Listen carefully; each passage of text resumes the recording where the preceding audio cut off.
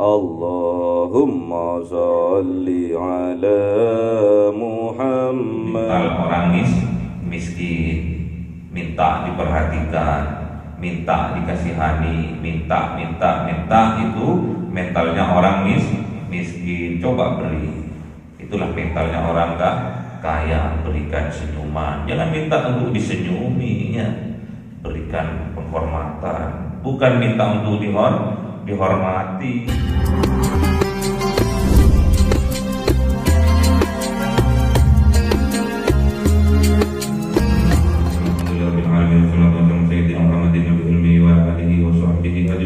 Rabbi zidna ilma wa sifir rizqi wa barik bima razaqtana wa ja'al mahbuban fi qulubi ibadika wa azizan bi uyunihim wa ja'al wajhan fi dunya wal akhirati wa minal muqarrabin kathiran nawali ya hasan al fi'ali ya qa'ima bil zawali mawdhi bil tabaraka hamdul minat wa sarafu ala kulli halin Allahumma akrimna bi nuril fahmi wal hifdi wa rizqni al hikmah wa ilham al malaikatil muqarrabin wa amalan maqbulan bil layli wan nahari arhamar rahimin rabbana atina fid dunya hasanatan wa fil akhirati hasanatan wa qina adzaban nar. Subhana rabbika rabbil izzati amma yasifun wa salamun alal mursalin walhamdulillahi rabbil alamin. Bi sirril Fatihah. A'udzu billahi minasy syaithanir rajim. Bismillahirrahmanirrahim. Alhamdulillahi rabbil alamin arrahmanir rahim maliki yaumiddin. Iyyaka na'budu wa iyyaka nasta'in. Ihdinas siratal mustaqim siratal ladzina an'amta 'alaihim ghairil maghdubi 'alaihim waladdallin. Amin. Allahumma shalli 'ala Muhammad ya Rabbi shalli 'alaihi wa sallim. Allahumma shalli 'ala Muhammad ya Rabbi shalli 'alaihi wa sallim. Sallallahu rabbuna 'ala nuril mubin Ahmad al-Mustafa sayyidil mursalin wa ajma'in walhamdulillahi rabbil alamin.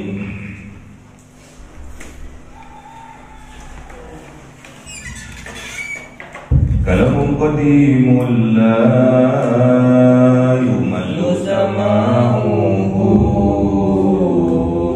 tanazzaha an qawli wa ba'li wa iyati bi astaghfi min kulli dari wa nuruhu dalilul liqalbi inda jahli khairati wa ya rabbi matirni bi sirri hurufihi wa nawwir bihi sam'i wa qalbi wa muqaddati wa habli fihi fathan wa ilma wa hikmatan wa anis bihi ya Rabbi fil qalbi wa syati wa salli wa sallim kulla yawmin wa lailatin ala nabiyir rahman yaqbalu taubati wa ali wa ashabi kiramin a'immati bihim yaghfirul ghaffar rabbi wa zallati. A'udzu billahi minasy syaithanir rajim. Bismillahirrahmanirrahim. Surah Al-Maidah ayat 6. A'udzu billahi minasy syaithanir rajim. Bismillahirrahmanirrahim. Ya ayyuhalladzina amanu idza qumtum ila sholati faghsilu wujuhakum wa aydiyakum ila al-marafiqi wamsahu bi ru'usikum wa arjulakum ila al-ka'bayn. Sadaqallahul azim. Bismillahirrahmanirrahim.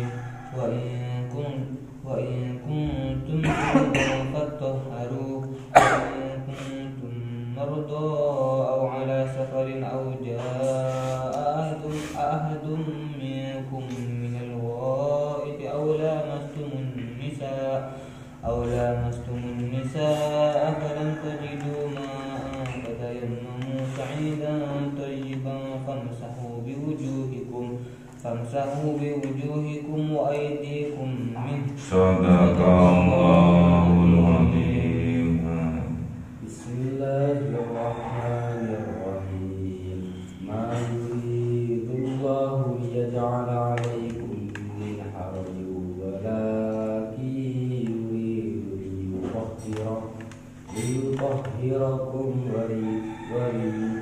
وليتم نعمته عليكم لعلكم تشكرون. Sadaqallahul azim. Bismillahirrahmanirrahim.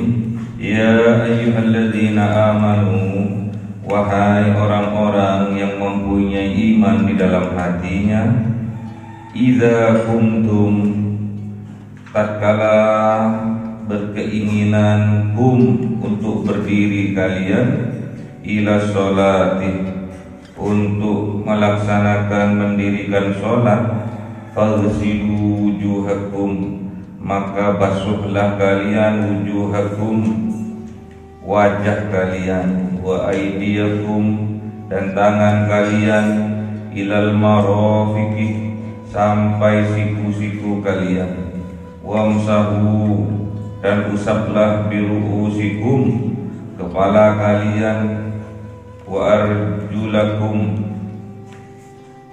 dan basuhlah kaki kalian, ilal ka'baini, sampai mata kaki kalian. Ini menerangkan tentang orang yang beriman yang akan melaksanakan sholat, yang akan mendirikan sholat. Idza kuntum ila sholati, tatkala orang beriman keinginannya yang pasti, karena sholat adalah kepastian, kewajiban bagi orang yang beriman yang sudah ditentukan waktunya. Sehari semalam ada 5 kewajiban bagi orang yang beriman untuk melaksanakan, untuk mendirikan sholat yang 5 waktu: duhur, asar, maghrib, isya, dan subuh. Pasti, karena ini bentuk rasa syukur kita atas nikmat-nikmat yang Allah berikan kepada kita. Jadi sholat yang 5 waktu itu bentuk rasa syukur kita atas nikmat-nikmat yang Allah berikan kepada kita. Idza kuntum ila sholat, jikalau kalian hendak mendirikan sholat, faghsilu wujuhakum, namun kalian dalam keadaan hadas kecil, faghsilu wujuhakum, maka berwuduklah kalian dengan cara faghsilu wujuhakum, dengan membasuh wajah kalian, wa aydiyakum ilal marafiqi, dan membasuh kedua tangan kalian, ilal marafiqi, sampai siku kalian, wamsahu biru'usikum, dan usaplah kepala kalian, wa arjulakum, dan basuhlah kaki kalian, ilal ka'baini, sampai mata kaki kalian. Jadi ini tata cara berwudu. Jadi wudu itu ada berapa rukunnya? 6. Ada berapa rukunnya? 6. Yang pertama niat, yang kedua membasuh muka, yang ketiga membasuh kedua tangan sampai siku, yang keempat mengusap kepala, yang kelima membasuh kedua kaki sampai mata kaki, yang keenam tertib, runtut. Jadi ini tata cara kita tatkala mempunyai hadas, terus kita berkeinginan untuk sholat, maka kita harus terlebih dahulu mengambil wudu. Ya. Jadi rukun wudu tidak dijelaskan di sini. Cuma di sini diambil inti-intinya. Yang menjelaskan adalah hadis Nabi, sunnah-sunnah Nabi. Jadi kalau sholat kita dalam keadaan hadas, kita itu harus berwudu terlebih dahulu dengan niatnya, dengan membasuh muka, dengan membasuh kedua tangan kita, dengan mengusap kepala kita, dengan membasuh kaki kita sampai mata kaki. Itulah rukun wudu. Wa in kuntum junuban, dan jikalau ada kalian junub, mimpi basah, kelonan, ambil pujuni, fattahharu, maka sucikanlah diri kalian dengan cara mandi, dengan cara mandi junub. Wa in kuntum, dan jikalau ada kalian mardo, sakit, au ala sabarin, atau barusan datang dari perjalanan, atau dalam keadaan safar, au jaa ahadukum minkum, atau seseorang datang, atau datang seseorang di antara kalian, minal ghaiti, dari kamar mandi, dari kakus, dari WC, buang hajat, au lamastumun nisa, bersentuhan dengan perempuan yang bukan muhrim, falam tajidu ma'an, maka tidak mendapati kalian ma'an, atas air untuk mengambil wudu, untuk mandi, fatayammamu, maka bertayamumlah kalian sha'idan thayyiban, dengan debu yang baik. Ini namanya tayamum. Kalau tayamum pakai debu, bukan pakai air tayamum. Famsahu biwujuhikum, maka usaplah, ya, bukan basuh, diusap debunya itu. Biwujuhikum, dengan wajah kalian, jadi diusap dengan wajahnya. Wa aydiyakum minhu, dan kedua tangan kalian. Jadi kalau tayamum ini rukunnya ada berapa? Tayamum yang harus dikerjakan ada berapa? Hah? Ada berapa? Tayamum dua. Berapa? 5. Ada berapa tayamum? Ma yuridullah, tidak menginginkan siapa Allah, liyaj'ala alaikum, menjadikan atas kalian, min harajin, dari kesulitan, walaki yuridu, melainkan menginginkan siapa Allah atas kalian, liyutahhirakum, untuk mensucikan kalian, waliyutimma ni'matahu alaikum, dan menyempurnakan nikmatnya Allah atas kalian, la'allakum tashkurun, agar kalian termasuk orang yang bersyukur.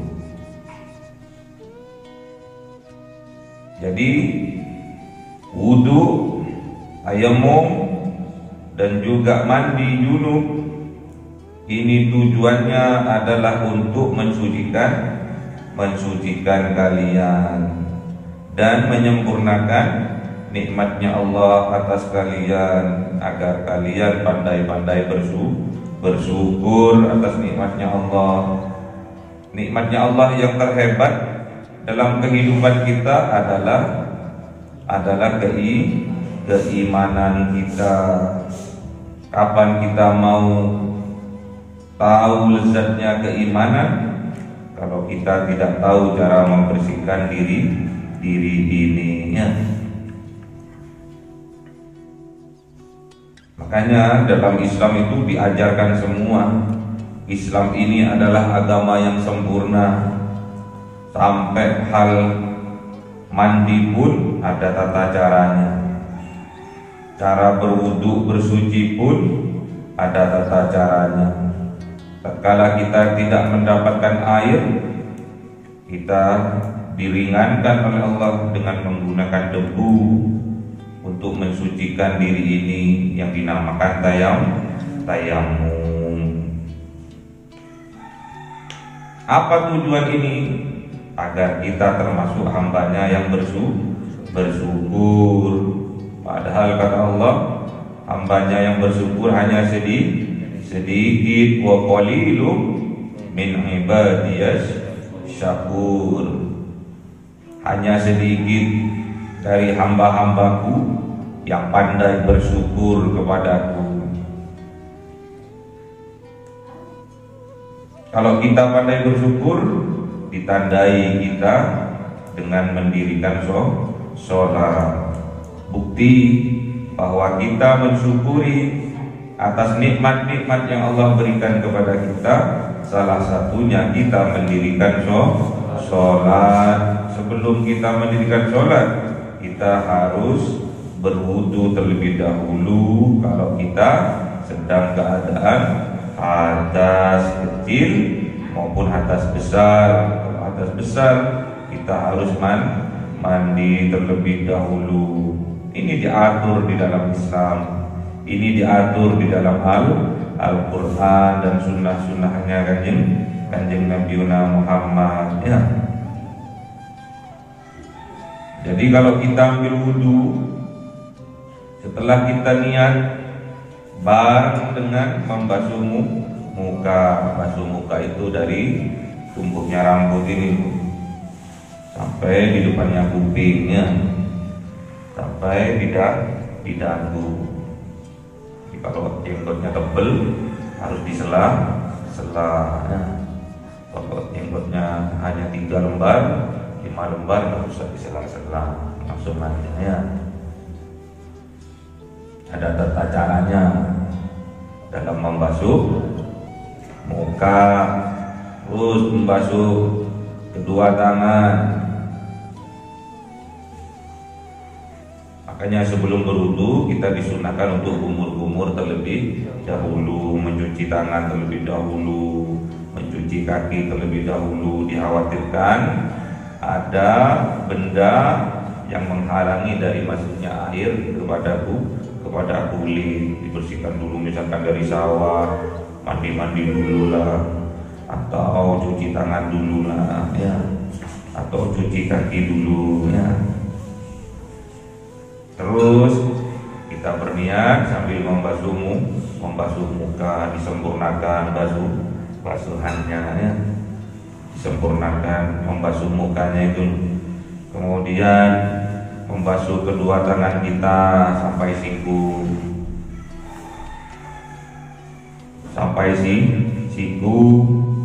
dilebihkan dengan satu astanya, biar sempurna sikunya, kebasuh semua sikunya itu. Dari mana? Dari atas atau dari bawah? Terserah, semua ada dalilnya. Dimulai dari tangan kita boleh, dimulai dari siku kita boleh. Kemudian mengusap kepala, mengusap rambut di kepala kita.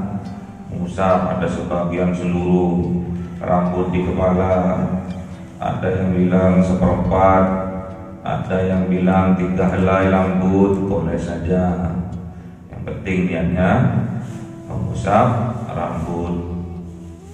Terus membasuh kedua kaki kita sampai mata kaki, di sela-sela itu, di antara jari-jari itu, di sela-sela ya, biar meresap airnya sampai mata kaki kita. Dari mata kaki yang pentol itu di atasnya sela-selanya, biar sempurna tertib. Kemudian berdoa. Gimana doanya? Asyhadu an la ilaha illallah wahdahu la syarikalah wa asyhadu anna Muhammadan abduhu wa rasuluh. Allahumma ja'alni minat tawwabina waj'alni minal mutatahhirin. Jadi kita berdoa setelah ambil wudhu agar kita itu dikelompokkan oleh Allah, dimasukkan oleh Allah terhadap hambanya yang bertaubat. Kemudian minta kepada Allah agar kita dijadikan orang yang selalu bersuci lahir maupun batinnya. Jadi maksiat mata, maksiat hidung, maksiat mulut, itu semua kita wudu'i, kita sucikan. Itu pintu-pintu hati, mata, pintu hati, termasuk kuping itu nanti disunnahkan untuk dibasuh. Mulut juga pintu hati, makanya harus disucikan, harus dibersihkan, zahir maupun batin. Batinnya juga disucikan, bukan cuma zahirnya saja. Itu hanya perlambang, zahir itu hanya lambangnya. Tapi bagus kita tatkala kita melaksanakan syariatnya Allah, membasuh muka, yang kita basuh niatkan juga hati kita ya. Maksiat mata, hidung, mulut yang sudah terekam dalam hati membuat kotor hati kita, kita juga niatkan kepada Allah tatkala berwudu untuk juga membersihkan hati ini ya. Hatinya dibersihkan, banyak dosa dan noda maksiatnya yang mengotori, yang akhirnya akan menutupi. Itu harus dibersihkan juga biar tembus petunjuknya Allah itu ya, biar bersih jiwa kita. Makanya ada orang tatkala dia amarah hanya sedang berdiri, dianjurkan untuk duduk. Tatkala masih amarah dianjurkan untuk berbaring. Kalau masih amarah dianjurkan untuk mengambil wudunya biar adem, hatinya biar adem ya. Bukan mukanya biar adem. Makanya pengaruh antara zahir dan batin itu ada pengaruhnya. Wa in kuntum mardo, dan jikalau kalian dalam keadaan mardo, sakit yang tidak boleh bersentuhan dengan air, misalkan luka bakar, nggak boleh bersentuhan dengan air. Sekarang yang kena luka bakar kayak Pak Yudi Babin Kamtibnas ya. Dia pakai tayamum kalau hendak bersolat, kalau hendak mendirikan solat dia bertayamum karena kakinya kena luka bakar. Ala safarin, atau dalam perjalanan safar, jalan-jalan, ziarah wali, ziarah wali ini maksudnya di atas kendaraan, di bis, gak mendapatkan air, itu harus tayamum. Auja'a ahadun minkum, atau datang seseorang minkum di antara kalian, minal ghaibti, dari WC dan kamar mandi, buang hajat, juga harus berwudu. Kalau nggak dapat wudu, nggak dapat air, bertayamum kalau hendak mendirikan sholat. Aula mastumun nisa, atau temu wedoan, menyentuh perempuan yang bukan muhrimnya. Apa makna muhrim?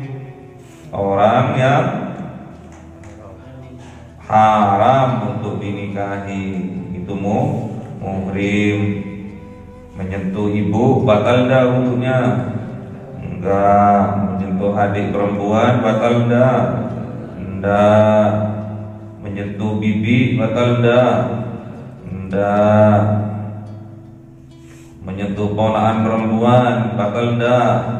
Enggak.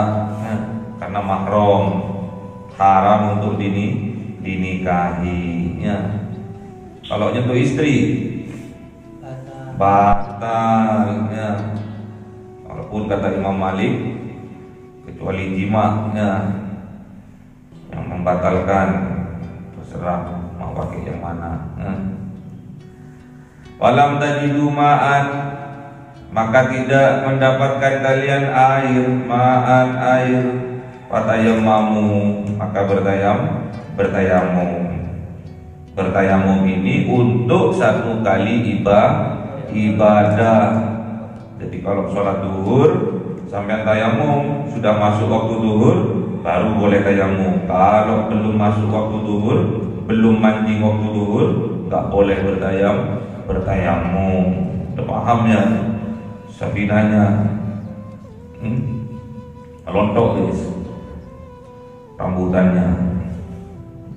Fatayammamu sa'idan thayyibah, maka bertayamumlah kalian dengan debu yang suci, yang baik, bukan yang najis, yang baik, yang bersih. Tayamum ini untuk satu kali ibadah dan harus masuk pada waktu sholat ya. Kalau pas adzan Allahu Akbar, berarti sudah masuk waktu sholat, boleh bertayamum. Dan satu kali tayamum ini untuk satu kali ibadah sholat duhur. Saya agak kentut sampai asar, terus mau sholat asar, wajib bertayamum lagi ya. Beda dengan wudu dengan air ya. Terus tata cara tayamum juga, wamsahu biwujuhikum, bukan dibasuhkan ya, tapi diusapkan. Wa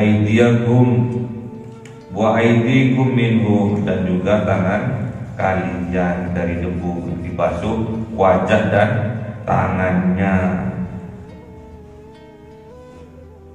Lu kaki pak, enggak usah kaki. Ma yuridullah, tidak menginginkan siapa Allah, liyaj'ala, menjadikan alaikum, atas kalian, min harajin, kesulitan.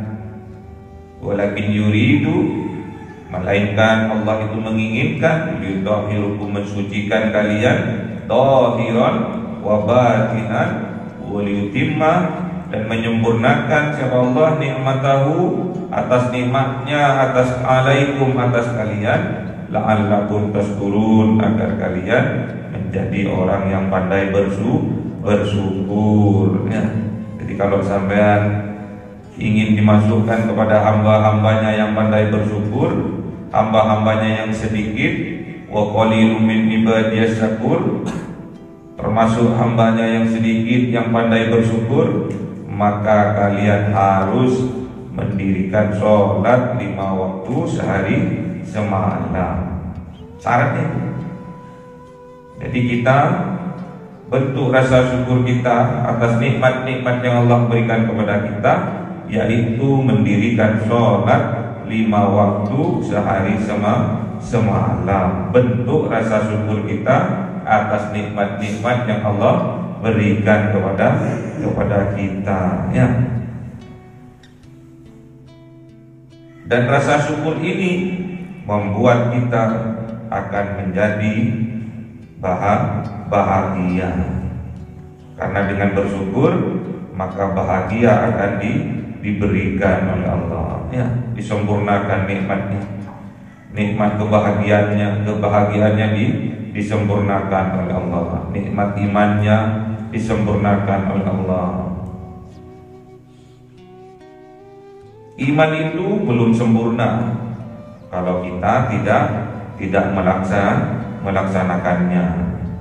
Kalau kita cuma yakin iman di dalam hati tanpa kita ikrarkan melalui lisan, tanpa kita amalkan melalui perbuatan, itu belum sempurna. Harus kita buktikan dengan amal perbuatan kita.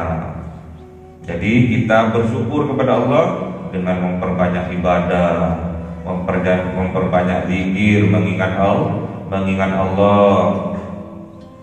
Terus dengan mengamalkan, dengan sholat, dengan ibadah sholat, dengan ibadah sosial, kita berinfak sedekah, itu bentuk rasa syukur kita kepada Allah. Syukur itu dibagi berapa? Dibagi 3. Apa saja? Syukur bil qalbi, syukur bil lisan, syukur bil arkan, ya. Syukur itu dengan hati, meyakini bahwa nikmat yang kita terima, nikmat yang diberikan, yang kita rasakan selama ini, semua itu berasal dari Allah. Kemudahan, rezeki yang melimpah, kesehatan, semua nikmat-nikmat yang Allah berikan, itu kita harus ucapkan betul-betul dalam hati kita bahwa semua nikmat itu berasal dari Allah. Kemudian kita harus bersyukur bil lisan dengan memperbanyak zikir, mengingat Allah. Alhamdulillah. Terus juga bersyukur dengan lisan, tidak berbicara hal-hal yang tidak ada gunanya, hal-hal yang bermaksiat, apalagi pergunakan lisan kita ke arah kebaikan. Waliyakul khairon aw liyasmut, itu juga bentuk rasa syukur bil lisan kita kepada Allah. Dan yang ketiga, kita harus bersyukur bil arkan, dengan perbuatan. Kita harus sholat, mensyukuri nikmatnya Allah, nikmat sehat, nikmat umur panjang. Kita syukuri nikmat rezeki yang melimpah, nikmat yang berupa rezeki yang barokah, nikmat memiliki anak yang soleh-solehah. Kita harus kita praktekkan, harus kita amalkan melalui ibadah kita, terutama ibadah sholat 5 waktunya. Terus juga kita mensyukuri dalam sosial kita dengan berinfak sedekah, dan hal yang akan kita laksanakan besok atau lusa sampai hari tasyrik yang ketiga, kita akan melaksanakan pemotongan hewan kurban. Ini juga termasuk rasa syukur kita kepada Allah bil arkan, dengan perbuatan. Jadi apabila kita dimampukan oleh Allah untuk berkurban, laksanakan kurban itu, karena kurban itu bentuk rasa syukur kita kepada Allah, bentuk rasa syukur kita kepada sesama manusia, ya, hidup berdampingan dengan kita di atas dunia, ya, sama-sama makhluknya Allah. Kita dimampukan oleh Allah tahun ini untuk memotong hewan kurban, insya Allah dipastikan untuk tahun yang akan datang juga kita akan dipastikan oleh Allah akan memotong hewan kurban lagi yang lebih banyak, lebih besarnya. Sekarang motong satu tahun depan siapa tahu oleh Allah dimampukan motong dua ya. Kita harus berkurban, kurban kambing, kurban sapi, kurban unta. Jangan hanya kurban perasaan saja ya. Kalau kurban perasaan nggak ada manfaatnya kepada sesama ya. Pandai-pandailah kita bersyukur kepada Allah, dan pandai-pandailah kita bersyukur dengan berterima kasih kepada sesama manusia. Gimana hadisnya? La yaskurullah man la yaskurun nas. Tidak dikatakan bersyukur kepada Allah apabila manusia itu tidak pandai-pandai berterima kasih kepada sesama manusia ya. Bukti rasa syukur kita kepada Allah, kita harus pandai-pandai berterima kasih kepada orang di sekitar kita, apalagi yang membantu kita ya. Diam pun kita berterima kasih karena dia diamnya tidak membawa kemudaratan. Makasih ya, dengan diamnya jenengan makasih, gak usah ngericuin. Diam tok makasih ya. Gak usah ngericuin. Jadi kalau kita di sebuah desa ada seorang bajingan misalkan, dia itu ngericuin tok di desanya, dengan diamnya aja dia sudah membuktikan bahwa dia juga bersyukur atas nikmatnya Tuhan ya. Diam tok. Makanya kita harus berterima kasih sama orang-orang yang biasanya membuat onar, terus dia tidak membuat onar. Tuh, kenapa kok dia nggak buat onar? Setruk pak. Kalau kemarin nggak setruk, kemarin mencak-mencak, sekarang setruk meler. Nggak iso melaku, nggak bisa beraktivitas.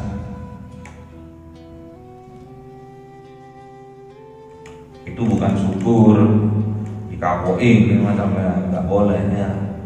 Kita harus syukur, iya pak, kan tak syukurin, nggak boleh syukur, setrukon, nggak boleh mensyukurin kayak gitu. Mensyukur itu misalkan kita melihat sesama kita melakukan kemungkaran, kita harus berubah dengan kekuasaan kita, dengan lisan kita, minimal kita ikat di dalam hati sambil kita mendoakannya. Semoga orang yang melakukan kemungkaran itu diberikan hidayah oleh Allah ya. Kemudian kalau tahu pahala dari berkurban itu sampai akan berlomba-lomba fastabiqul khairat untuk berkurban, karena satu bulu di dalam hewan ternak yang kita kurbankan itu mengandung satu rahmatnya Allah, sedangkan satu rahmatnya Allah bisa itu minan bisa menghalangi dia, menyelamatkan dia dari api neraka ya. Makanya sampai harus punya jiwa-jiwa kaya. Makanya sampai besok kalau nikah sama orang yang kaya, maksudnya yang kaya hatinya, mentalnya mental orang kaya, selalu ingin memberi mentalnya itu loh, bukan ingin menerima saja. Itu mental orang miskin, minta diperhatikan, minta dikasihani, minta itu mentalnya orang miskin. Coba beri, itulah mentalnya orang kaya. Berikan senyuman, jangan minta untuk disenyumi ya. Berikan penghormatan, bukan minta untuk dihormati. Berikan akhlak yang terbaik, berikan penghormatan, berikan kasih sayang, bukan untuk minta disayangi, dikasihani, dihormati. Itu namanya gila hormat, namanya orang gila. Gak nyambung apa yang dilakukan dengan apa yang dipahami, itu namanya gila. Termasuk gila hormat. Hormati aku. Kenapa kalau nggak dihormati? Gila aku. gila hormat. Jangan sampai kita termasuk golongan orang-orang yang gila hormat, minta dihormati tapi tidak mau menghormati, minta disayangi tapi tidak mau menyayangi, ya. Minta dikasihani tapi nggak pernah mengkasihaninya. Kalau kita di dunia ini tidak menyayangi, juga yang di langit juga tidak menyayangi kita. Ada yang tahu dalilnya? Nah, ada yang tahu? Tak tahu. Ada yang tahu dalilnya? Siapa orang tidak sempurna seseorang imannya apabila tidak menyayangi yang lebih muda dan tidak menghormati yang lebih tua? Ada tahu dalilnya? Tidak tahu juga. Tidak tahu atau lupa, apa males. Makanya kita itu harus berpikir yang positif, jangan berpikir yang negatif saja, ya. Berpikir yang maksiat, malah kita nanti aspek terhadap yang kemaslahatan, kebaikan. Kalau udah teracuni pikiran ini, nanti arahnya ke maksiat saja. Tatkala melihat kebaikan, kita akan asing. Sama orang yang selalu bermaksiat, melihat yang bukan muhrimnya, melihat film-film porno, sama juga akan terkotori nanti pikirannya, hati nuraninya juga akan terkotorinya. Makanya sampai itu jangan keasikan dengan yang fata morgana ini. Makanya taruh HP itu kalau memang nggak ada gunanya. Main game apa nggak ada gunanya, taruh. Nyetel yang nggak ada gunanya juga taruh. Nanti kita akan ada daya tarik menarik nanti dari yang kita lihat penuh kemaksiatan, nanti daya tarik kemaksiat tambah besar. Daya tarik kepada kebaikan, keibadah nanti malah jauh. Daya tariknya lemah. Ada sebuah syekh didatangi oleh santrinya. Ada seorang Gus didatangi oleh santrinya. Bertanya dia kepada Gusnya itu, Gus, saya itu kok sama istri saya kok kurang cinta, kok kurang tertarik sekarang, Gus. Malah sama Gusnya ditanya balik, udah punya anak berapa? Udah punya anak 4. Udah berapa lama berkeluarga? Sudah 17 tahun. Udah 20 tahun. Apakah istrimu gemuk? Tidak, Gus, enggak gemuk. Apakah istrimu jelek, cacat, mungkin jatuh? Enggak, tetap ayu istriku. Tapi enggak ada daya tarik terhadap istri. Kenapa? Cuma satu pertanyaannya saya yang terakhir itu, apakah kamu sering melakukan tatkala ada perempuan yang bukan muhrimnya, kamu tidak menundukkan kepalamu, bahkan kamu melopotinya? Terus orang itu jawab, "Ji, leres, benar." Sering kamu juga lihat film porno? Ji, leres, benar. Itulah penyebab ketertarikan kepada yang baik, kepada yang halal, kepada kebaikan akan sirna dari dalam hati kita. Malah ketertarikan kepada yang maksiat-maksiat tambah menggebu-gebu. Hidup ini daya tariknya luar biasa. Daya tarik kebaikan juga daya tarik kejelekan, daya tarik kemaksiatan. Akan membentuk komunitas-komunitas daya tarik. Kalau kita sukanya sombong, nanti teman-temannya pasti sombong-sombong. Dan kita juga nggak suka sama yang sombong. Orang sombong nggak suka sama orang sombong. Itu sombong. Loh, padahal awakmu dewe sombong. Nanti ada komunitas juga, komunitas pendusta. Nanti ngumpul orang-orang yang suka berdusta itu ngumpul. Ada daya tarik sendiri.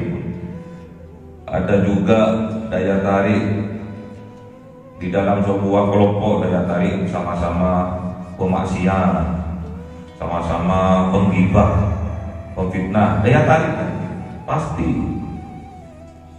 Kelompok-kelompok yang membuat kelompok-kelompok pasti ada daya tarik menariknya.